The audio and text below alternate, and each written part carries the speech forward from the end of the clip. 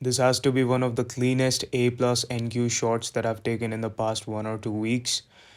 Let's go over it and see the setup as well as where was my entry, how did I manage the trade, what ended up happening. There was an SMT, and that's the reason we have split screen and we have ES and Q both on the charts. So first thing that I saw on the daily time frame, I'm sorry I meant it. Yep, right there. On the daily time frame, I noticed that NQ took the previous day highs, as you can see. I'll mark that out for you guys right there. Whereas in ES, it failed to do so. There was a crack in correlation. After that, I analyzed a few things in H4, saw that we have taken enough liquidity. One of the reasons that I took shorts today was because yesterday, day before yesterday, this is yesterday's trade, and this is day before yesterday's price action. Price didn't give a chance to enter longs and it was overextended, as you can see. It opened on Sunday 6 p.m. New York local time and it started to go higher and higher without giving any significant pullbacks. Like it would be better if we went into this hourly fair value gap or something. So my eyes were drawn to this fair value gap. I was presented with this price action as I sat on my desk. There was this pending busy as well as this sell side liquidity waiting here. So I marked that out.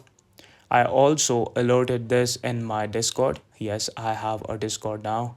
I'll show you guys at the end of the video, and I'll also pin the link to the Discord in the comments as well as the description. So my target was this sell side liquidity as well as this BC right here, right? So I went down to the hour. This is a 4 hour fair value gap. I went down to the hourly. I'm gonna remove that, and I saw this fair value gap right there. Yep. Traded into it during London. Yes, 3 a.m. London. And if we look at ES right here, ES did the same thing in London, right? At 3.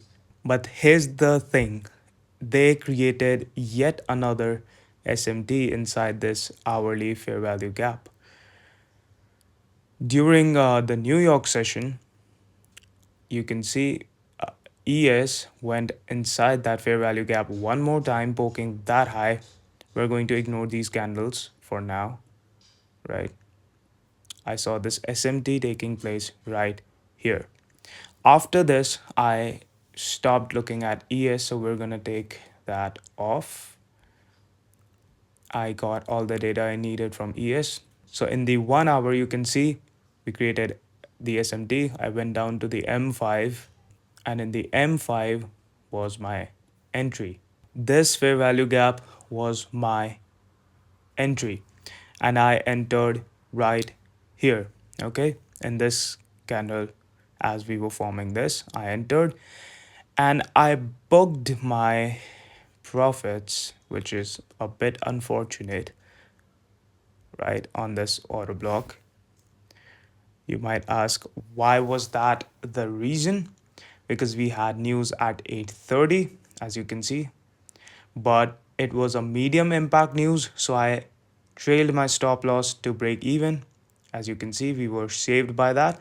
And as soon as price hit this order block, I wasn't sure if price might just want to take the data highs, which it did, and I wasn't risking to keep my SL was initially here, but I trailed down to here, and after this candle, I had no confidence in keeping my SL to the break even. So I took whatever I had going on for a small profit. I'll post the screenshot in the end, or you can see the Discord when I'll show you the Discord, right? So from this order block, price poked this high one more time, but as you can see, this 5 minute fair value gap was still respected. The consequent encroachment of this FVG, as you can see, all the bodies stay inside this fair value gap. None of them violated it. So, as ICT says, Wicks do the damage, body tells the story. Price started to spool lower, gave us an entry one more time in here at 9:30 open. I didn't take it because it was right at 9:30 and I just didn't feel confident at going short after looking at this massive green candle, as well as we have taken this sell side right here.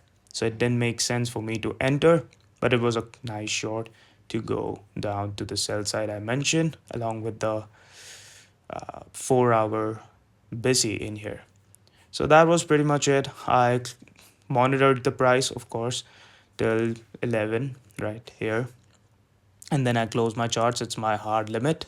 At 11 I close the charts. I don't look at price action afterwards. I don't trade the PM session. This was the shot. My bias, narrative, everything was perfect. So we can just say that if I would have entered shorts in here, right, this fair value gap where I exactly entered, and put my stops at this high right here and targeted the sell side as well as the fair value gap for a 1 to 114. I know it sounds crazy, looks crazy. Don't expect these kind of RR while trading. 1 to 2, 1 to 3 is amazing. But of course, you're going to get these kind of days when the opportunity presents itself.